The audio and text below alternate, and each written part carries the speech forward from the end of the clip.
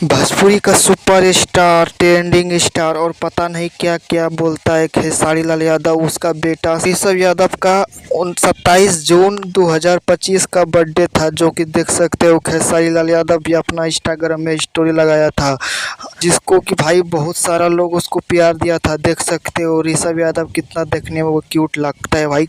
उसका जन्मदिन था, जो कि भाई एक भोजपुरी का बादशाह है और किंग है। अभी के टाइम में भोजपुरी का किंग खेसारी लाल यादव को बोला जाता है।